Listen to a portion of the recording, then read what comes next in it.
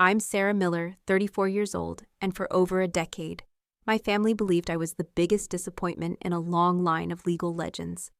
While my brother rose through the ranks of prestigious law firms, they thought I was wasting away at a dead-end insurance job.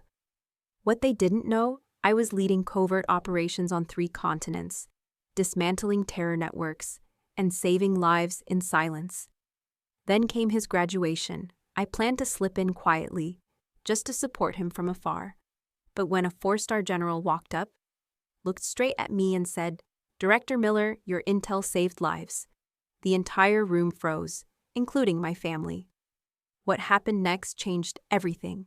Before I reveal how one moment shattered a decade of secrets, let me know in the comments where you're watching from. And if you've ever been misunderstood by the people who matter most, hit like and subscribe, because this story is for you. My life, ever since I was a little girl growing up in Boston, seemed to follow a path already paved before me. In the Miller family, we weren't soldiers like many others. We were lawyers. My father, Judge Arthur Miller, was a legend in the legal world. His name was synonymous with landmark cases, fair verdicts, and an unshakable reputation. Our home on Beacon Hill didn't display military medals, but instead boasted framed awards. Photos of my father shaking hands with governors and presidents. At our dinner table, talk of naval strategies was replaced by passionate debates on case law, legal ethics, and the most complicated trials of the decade. My father's deep, steady voice would fill the dining room, narrating courtroom stories like they were epic tales. His eyes would light up with pride whenever my younger brother, Daniel, leaned in, captivated by every word. And I listened too, spellbound. Even as a child, I was drawn to the pursuit of justice, to uncovering the truth no matter how deeply it was buried. I devoured legal books from my father's personal library, dissected complex cases alongside him, and dreamed of one day standing in a courtroom, fighting for what's right. I entered law school with perfect grades and a fire in my chest. The day I was accepted into Harvard Law remains one of the happiest days of my life. For the first time I could remember, my father pulled me into a full embrace, a rare gesture from a man who measured emotions in courtroom decorum. "Don't waste this," he whispered, his voice thick with something I dared to believe was pride. Law school was everything I hoped it would be, demanding, exhilarating, and deeply fulfilling. I thrived in constitutional law and criminology, and stood out during mock trials. I graduated at the top of my class, courted by some of the most prestigious law firms in the country. But there was something my family never knew. In my second year, I was quietly approached by federal intelligence officers. They had taken notice, not just of my academic excellence, but of certain skills that couldn't be taught. My ability to analyze massive data sets, detect hidden patterns, and think unconventionally under pressure. They offered me a position in a classified program, one that required an immediate shift in my life and absolute secrecy. To protect my cover, they proposed a simple story: that I had dropped out of Harvard due to burnout or lack of direction. It was believable. Many brilliant students struggle under Harvard's weight. The story wouldn't raise suspicions. I agreed, trusting that one day, when the time was right, my family would finally know the truth. I couldn't have been more wrong. "You just threw it all away, and I don't understand how," my mother, Eleanor, said during my first visit home after I had dropped out. Her disappointment wasn't loud. It showed in the tight press of her lips, in the way her eyes refused to meet mine. "Your father pulled every string he had to get you considered." "I never asked him to," I replied softly, my lips sealed by the weight of secrets I had sworn to protect. My father was worse, not with anger or lectures, but with silence. He simply stopped acknowledging me. At family gatherings, he'd beam while recounting Daniel's latest victories at law school, the traditional path I was supposed to follow, and deftly changed the subject whenever my name surfaced. Thanksgiving dinners became endurance tests. Daniel was selected for the top legal internship at the district attorney's office, my father would announce, slicing turkey with surgical precision. Top of his class. We couldn't be prouder. My mother would chime in, her hand resting gently on Daniel's shoulder while her eyes skimmed past me. "It's a comfort," she'd say, "when your children find their purpose." And then there was Cousin Carol, never one to sugarcoat, who once asked across the dinner table, "So Sam, are you still at that insurance office job?" It was the cover story I had maintained. A dull desk job designed to deflect curiosity. Yes, I answered, swallowing both the lie and my pride. Still there, decent benefits, I guess. She offered a thin smile that spoke volumes of her judgment. Meanwhile, my real career was advancing at lightning speed. But I couldn't tell them about the covert operations in nations where we technically didn't exist. I couldn't mention the intelligence I gathered. Intel that saved lives. The commendations I earned weren't framed on our living room wall, but stored deep inside a secured facility. I couldn't explain the long silences when I couldn't call home, because I was working undercover, halfway across the world. For every achievement in my hidden world, there seemed to be a fresh look of disappointment in my family's eyes. When I was promoted to unit director, my parents were too busy celebrating Daniel's acceptance into an elite legal advisory group. And when I was quietly awarded the Intelligence Medal in a classified ceremony, my mother was lamenting to friends about her daughter who just didn't try hard enough. Daniel was never unkind. He simply followed our parents' lead, growing more distant as our lives, in their eyes, diverged. Occasionally, he'd call to share another success, ending with the awkward question, "So how's the office job going?" I'd mutter a half-hearted congratulations, then give vague updates about my imaginary corporate life, hating every second of the charade. Years passed that way. The distance grew, and I grew thick-skinned to their perception of me. I buried myself in missions, in purpose, in the lives I could help save. But deep down, the pain of being the family's disappointment never truly faded. Every hard-won success in my secret world came with the sting of knowing the people who should have been most proud of me had no idea what I'd done. My transformation from law student to intelligence officer had been swift and brutal. While my family thought I was licking my wounds and settling for a mediocre life, I was enduring some of the most grueling training the government had to offer. I was recruited into a program designed for intelligence collection and field analysis with direct tactical application, a rare blend that matched my particular talents. And yet, to the world I came from, I was simply the daughter who quit. The training facility was tucked deep in rural Virginia, hidden behind a nameless gate and a wall of pine trees. There were no signs, no uniforms, just routine. Days began at 4 a.m. and often didn't end until well past midnight. Physical conditioning was merely the surface. The real work involved learning to process and analyze raw intelligence under real-time crisis conditions, often while exhausted, sleep-deprived, and pushed beyond your mental limits. "Your mind works differently, Miller," said Colonel Eva Rostova, our training director, after I successfully untangled a particularly complex simulation. "You see patterns where others only see chaos." That skill accelerated my progress through the program. While most agents took 18 months to complete the course, I finished in 11. My first assignment came swiftly. A low-level intelligence operation in Eastern Europe, where Russian influence was spreading like cracks in a frozen lake. It was there that I met Julia Vance, a pioneer in the intelligence community and my first true mentor. She saw something in me that reminded her of herself. "This system wasn't built for women like us," she said bluntly during a debriefing. "And that's exactly why we excel in it. We approach problems from angles no one else thinks to try." Under her guidance, I didn't just learn how to navigate high-stakes missions. I learned how to survive and lead as a woman in a world that still questioned our place. She taught me how to turn being underestimated into a strategic weapon, how to speak with quiet authority instead of shouting for space, and how to build networks of trust that cut through rigid hierarchies. By my 4th year, I had earned 2 promotions and was leading my own intelligence unit across 3 continents. My specialty became clear: extracting critical information from environments where traditional intelligence assets simply couldn't function. One operation in the Middle East yielded intel that stopped a major terrorist attack on European soil. The classified commendations praised my judgment under impossible pressure and my creative, tactical approach to problem-solving. And yet, for all that recognition behind closed doors, the ache of my double life only deepened. The more I accomplished, the more invisible I became to the people who once claimed to know me best. While other officers stood proudly beside their families during award ceremonies, I attended alone, clapping for others while keeping my own achievements secret. I celebrated promotions over quiet drinks with co-workers who only knew fragments of my truth. I maintained the same tired cover story, an unremarkable desk job, during the increasingly rare visits home. Each time I slipped back into that disguise, it felt heavier. I was building a life that mattered, that saved lives.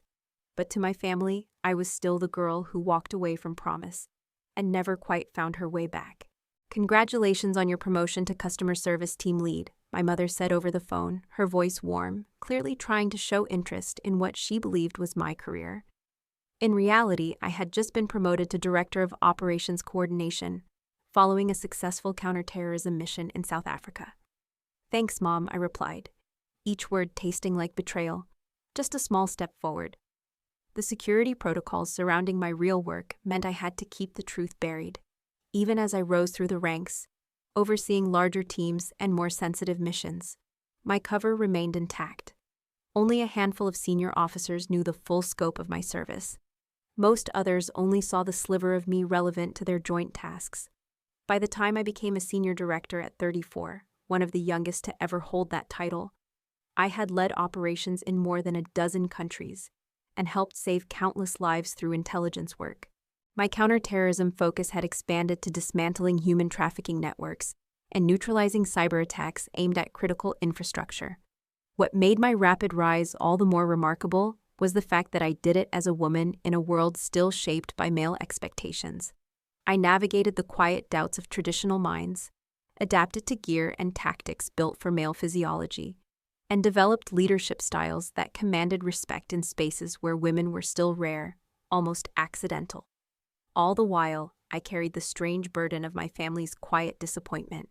Every time I returned from a covert deployment to attend a holiday dinner or family gathering, I stepped back into the role of Sam, the letdown. I became skilled at dodging work questions with vague corporate jargon and steering conversations toward Daniel's ever-growing list of legal accomplishments. The weight of my dual life grew heavier each passing year. One identity saved lives in silence. The other smiled politely across the table, never allowed to speak.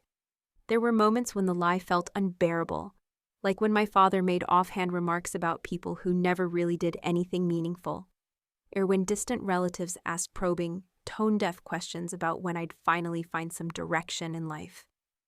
But my commitment to national security always overpowered the urge to tell the truth. The work mattered too much. The stakes were too high.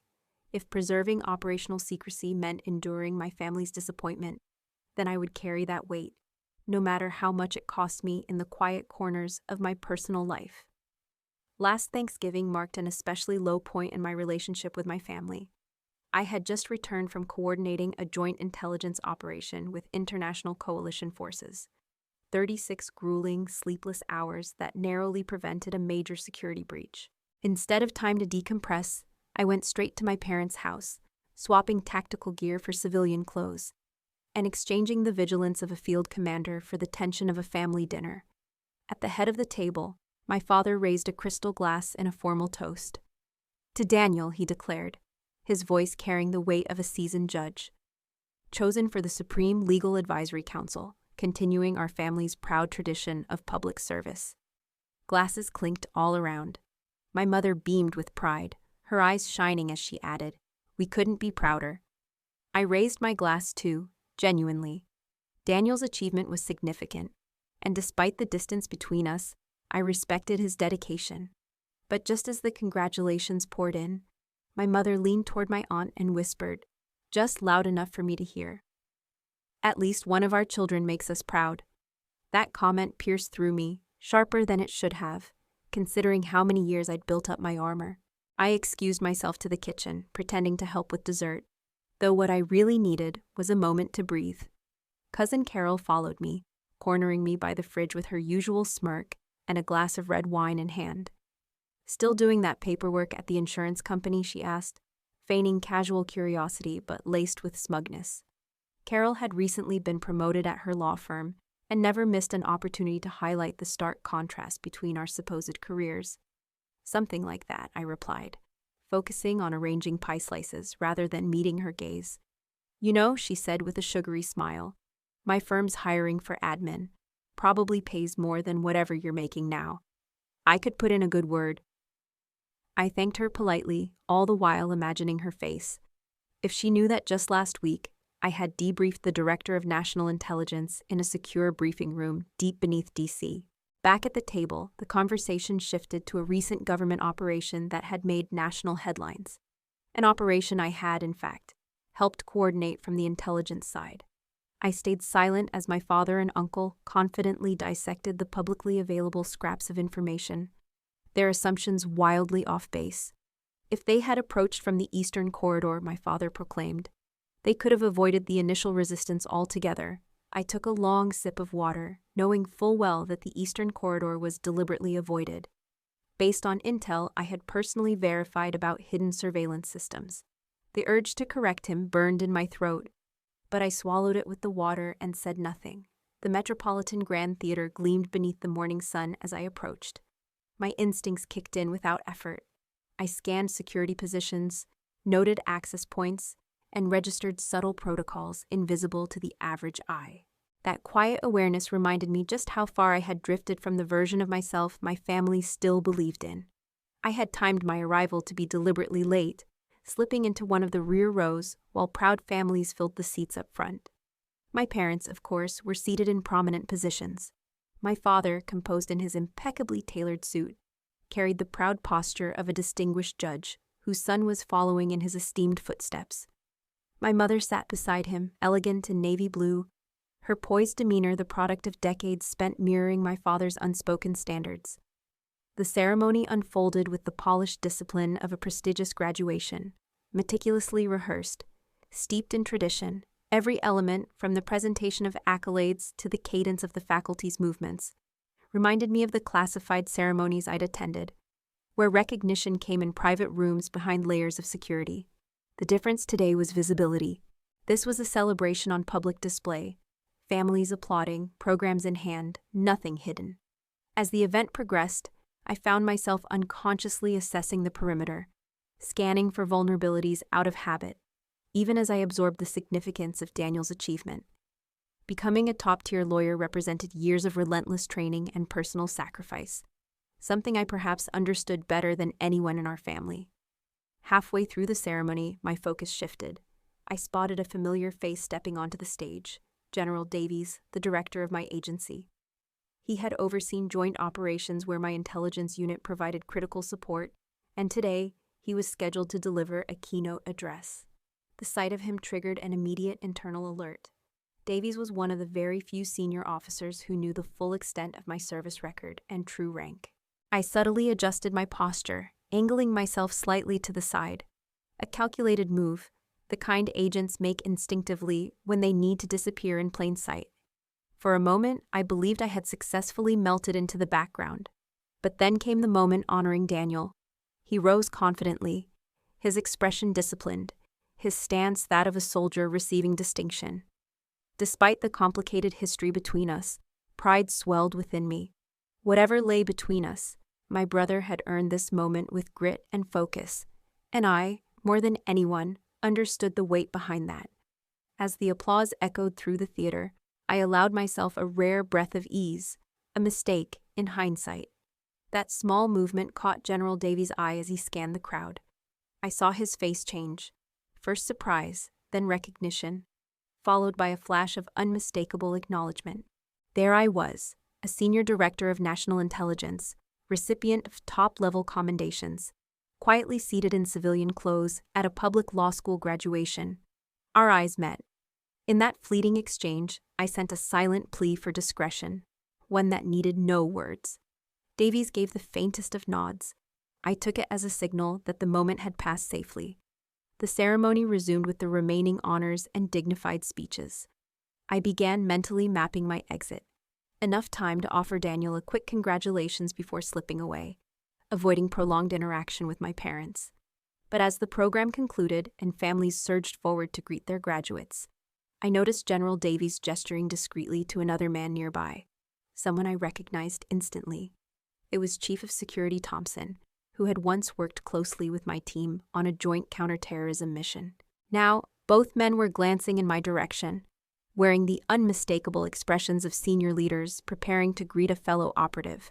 I began moving toward the exit, hoping to slip out before the inevitable confrontation found me. But the crowd had other plans. As families surged forward to congratulate the graduates, I was swept in the opposite direction, straight toward the area where Daniel stood with our parents. It was a disorienting few seconds, a misstep in my otherwise carefully plotted route. Before I could reroute myself, General Davies appeared beside me. His commanding presence parted the sea of people around us, drawing attention without him saying a word. Instinctively, I straightened up, my body responding with the reflex of a soldier recognizing a superior, despite the civilian clothes I wore. What happened next would forever alter the way my family saw me, and change the course of our relationship in ways that could never be reversed. Director Miller, General Davies said clearly, his voice cutting through the post-ceremony chatter like a blade. Didn't expect to see you here today.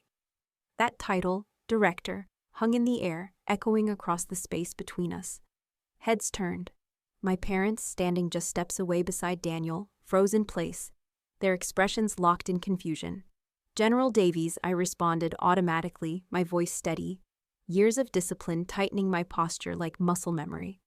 Last I saw you, it was that joint op in the Gulf, wasn't it? He continued, either unaware or unconcerned with the proximity of my family. Your intel was flawless, saved a lot of lives. I caught the sudden motion of my mother's hand rising to her mouth. Daniel's face shifted from joy to puzzled alarm. My father stood taller, his brow furrowed deeper with each passing second.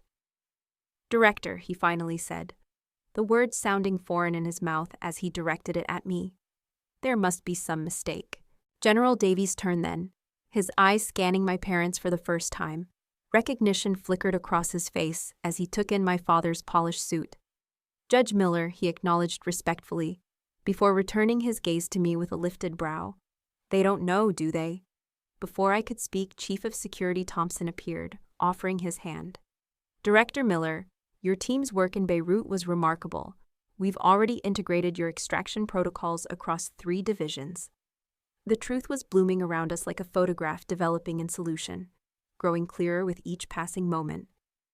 My carefully preserved cover story, the fiction of professional mediocrity I'd built brick by brick, was unraveling in real time. Sarah, my mother whispered, her voice shaky and bewildered. What are they talking about? General Davies assessed the scene with the sharp intuition of a seasoned commander. Judge Miller, Mrs. Miller, he said directly, his tone respectful but firm. Your daughter is one of our most valuable assets in special operations. Her work in intelligence and counterterrorism has been nothing short of extraordinary. That's impossible, my father said flatly. Sarah dropped out of Harvard. She works at an insurance firm. National intelligence, not insurance, General Davies corrected gently. And at a rank that reflects exceptional service. The insurance story would have been her cover, standard protocol in her department. Daniel stepped closer now, his expression shifting through layers. Celebration, confusion, and then something deeper. A dawning understanding. Sam, is this true? The moment had arrived with no fanfare, no warning. Years of secrecy pressed hard against the sudden spotlight of exposure, creating a disorienting pressure in my chest. But as I looked into the stunned faces of the people who had once dismissed me, I understood something clearly. Continuing the lie was no longer an option. Yes, I said simply, it's true. My father's expression flickered, first with disbelief, then confusion, then the first glimmer of reassessment. You're actually a senior director in the Strategic Intelligence Division of the National Intelligence Agency? Strategic Intelligence under the National Security Agency, I clarified, the words feeling foreign in my mouth after years of deliberate omission. I was recruited straight from law school into a classified program. The dropout story, that was just part of the cover. As I spoke, other officers who had recognized me began to drift closer, forming an impromptu circle that made the revelation feel more public with every passing second. One senior officer from the Joint Special Operations Command nodded respectfully in my direction. Director Miller's analysis changed how we approached intervention in Syria, he said. My mother looked as if the ground beneath her had shifted. All this time, we thought. I couldn't tell you, I said gently, my voice softened by the weight of all those silent years. Most of my work is classified at the highest level. The cover wasn't a choice, it was a requirement. Daniel's expression had changed entirely. The confusion was gone, replaced by a growing comprehension only another professional, someone who understood the weight of classified work, could truly grasp. "That's why you missed my engagement party," he asked quietly. "Coordinating the extraction of compromised assets in Eastern Europe," I confirmed. It couldn't wait, and I couldn't explain. My father, always the military-minded one, had regained his composure. He now processed the information like a commander debriefing an unexpected briefing. "What's your clearance level?" he asked. His tone measured. "Higher than I can disclose in this setting," I replied. And even that answer said more than it seemed to. Around us, the crowd continued celebrating, laughing, clapping, posing for pictures, oblivious to the deeply personal reckoning taking place in our small family circle. But within that circle, years of misunderstanding crumbled under the weight of long-hidden truth. General Davies, sensing the private nature of the moment, prepared to withdraw. "Judge Miller, you should be proud," he said with quiet gravity. "Your daughter's service record is exceptional. The details are classified, but her value is beyond question." He turned to me and gave a sharp nod. "Director, I'll see you at next month's Joint Ops briefing." And with that, he was gone. But the barrier I had spent years maintaining, the one that separated who I truly was from who my family believed me to be, was gone too. Standing before them now, in civilian clothes but fully exposed as Director Miller, I felt vulnerable in a way no high-stakes mission had ever made me feel. "Why did you let us believe you had failed?" my mother asked, her voice trembling with a hurt that had clearly taken root years ago. "It wasn't about what you believed," I explained gently. "It was about operational security. The fewer people who knew, the safer the missions, and the people involved." My father, ever the tactician, was already piecing things together with the precision of a man trained to assess what lies beneath the surface. "To make director at your age, in special operations, Daniel, quick on the uptake, was connecting the dots faster than anyone. All those unexplained absences, the vague excuses, that Christmas when you showed up with what looked like a shrapnel wound and said it was a car accident." "Not a car accident," I confirmed quietly, as the weight of truth settled like dust around us. I watched my family shift, mentally, emotionally, recalibrating years of assumptions. The disappointment they had carried and the guilt I had buried were now reshaping into something else, something unspoken, but undeniably transformative. "We have a lot to talk about," my father finally said, the heaviness in his voice revealing the regret of a man realizing he'd misunderstood a fundamental truth. "Yes," I said softly. "We do." Dinner that evening had been planned long before the morning's revelations, a celebratory meal at a refined restaurant near Daniel's campus. It was meant to honor his achievements, but now it had morphed into something else entirely. Our first honest family conversation of my adult life. We sat tucked into a corner booth, my sense of security still instinctively sharp. My father ordered wine, generously, which was unlike him, perhaps recognizing this conversation would need a little social lubrication. Silence settled over the table as menus were studied with unusual intensity. Everyone avoided the elephant in the room until the waiter had taken our orders and discreetly stepped away. "So, Senior Director," my father began, placing his water glass down with careful precision. It wasn't a question, but I nodded all the same. "That's an incredibly fast rise," he continued, his military mind already doing the math. "Especially for someone in..." He lowered his voice. "Special operations." It was a unique track, I acknowledged. The program I was recruited into accelerates advancement based on performance, not traditional timelines or rank structures. My mother, unusually quiet until now, finally spoke. "All those times we thought you were being careless or irresponsible, missing family events, not returning calls for days."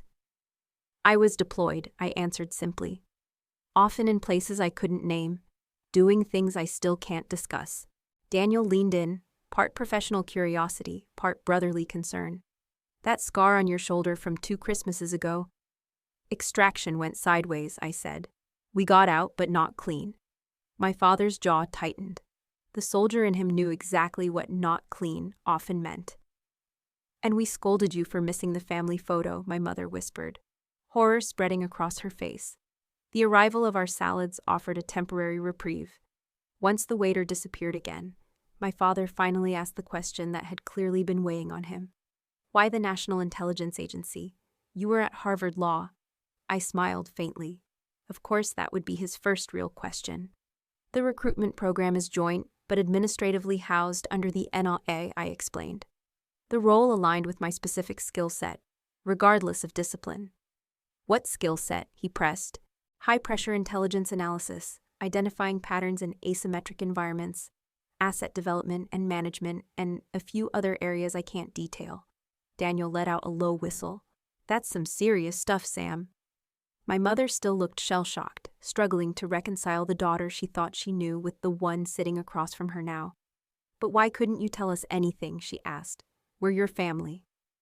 Operational security, I said softly. The nature of my work meant that even knowing where I was could compromise missions or lives. The cover story was created and maintained by the agency. It wasn't optional. 12 years, my father said, the pain in his voice surfacing through his usual restraint. Not a single word of truth? It's the job, Dad, I replied. Of all people, I thought you'd understand. Some roles require complete compartmentalization.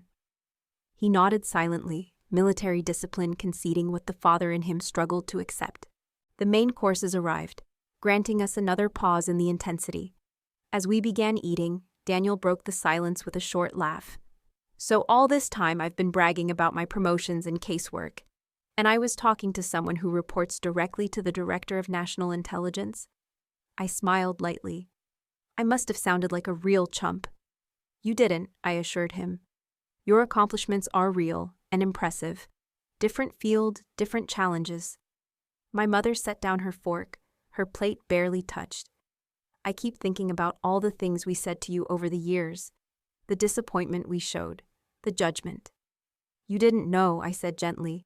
You couldn't have. But we should have believed in you, she said, her eyes glassy with tears.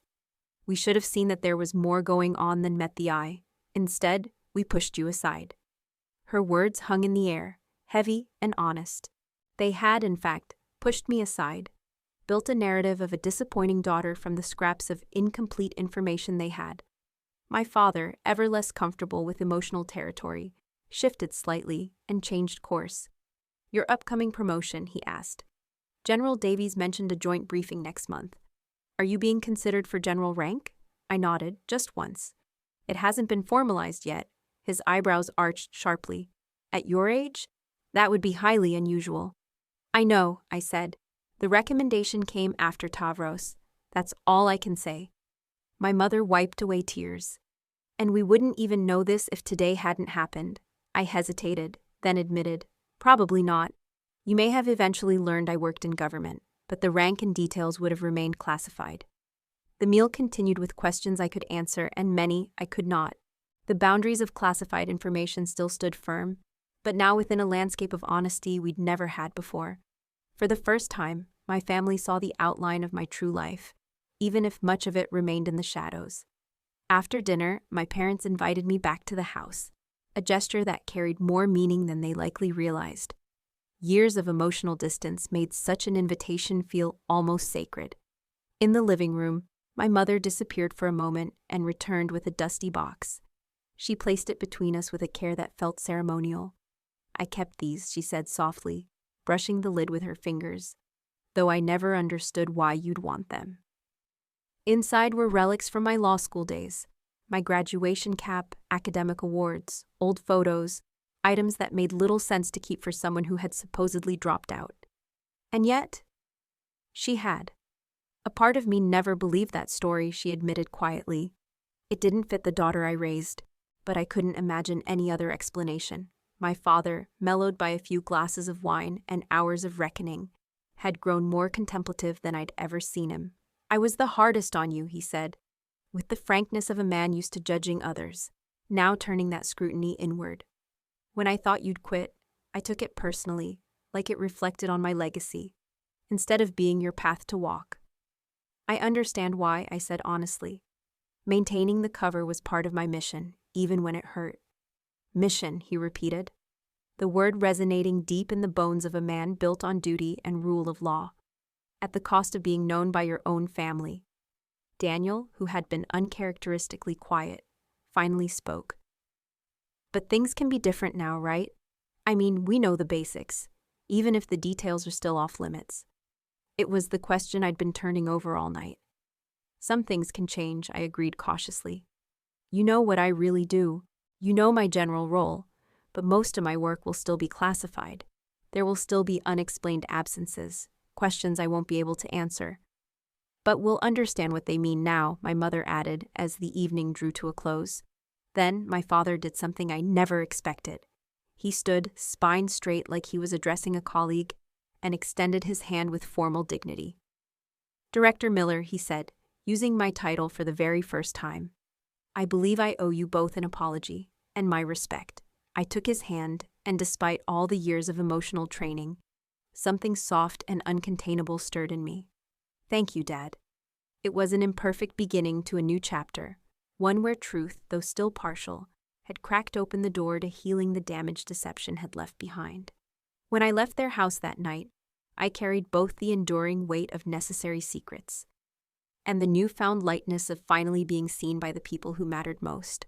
6 months later, I found myself pulling into my parents' driveway again, this time for a different kind of gathering, a 4th of July barbecue, a long-standing Miller family tradition.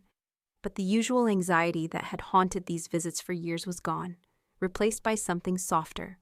Not quite peace, not yet, but a cautious optimism, a feeling that maybe, just maybe, we were building something new. This time, not on the shaky foundation of appearances and assumptions, but on something closer to the truth. As I walked up the driveway, carrying a dish I had actually made myself, not something hastily grabbed from the store like in years past, I noticed a few of my father's former colleagues gathered around the grill. In earlier years, I had avoided these legally inclined gatherings whenever I could. Lying always felt more difficult around people who spoke the same professional language I did. But today was different. My father saw me and straightened slightly, not quite the posture of a man coming to attention, but something close, something proud. "Sarah's here," he called out, using my given name with a tone that felt newly weighted. As I stepped closer, he did something he'd never done before. He turned to his friends and said, "Gentlemen, this is my daughter, Director Sarah Miller, National Intelligence Agency." The introduction was simple, but it landed like a stone dropped in still water. The retired officers nodded in quiet respect. Men who understood exactly what rank and agency meant, especially for someone my age. No need for details. The title alone said more than enough in a room full of people fluent in the language of national security. My mother emerged from the house, her greeting warmer than it had been in years. She hugged me tightly and whispered, "I set up a small display, nothing classified, I promise." Curious, I followed her into my father's study, a room typically dominated by his legal memorabilia. In one corner, she'd arranged a modest but meaningful collection, my law school graduation photo, a few non-sensitive commendations I was allowed to share, and a recent official portrait of me in uniform after my promotion to general. "Is this okay?" she asked, her voice hesitant. "I wanted to honor your service, but I wasn't sure about the security concerns." I inspected it carefully. "It's perfect, Mom," I reassured her.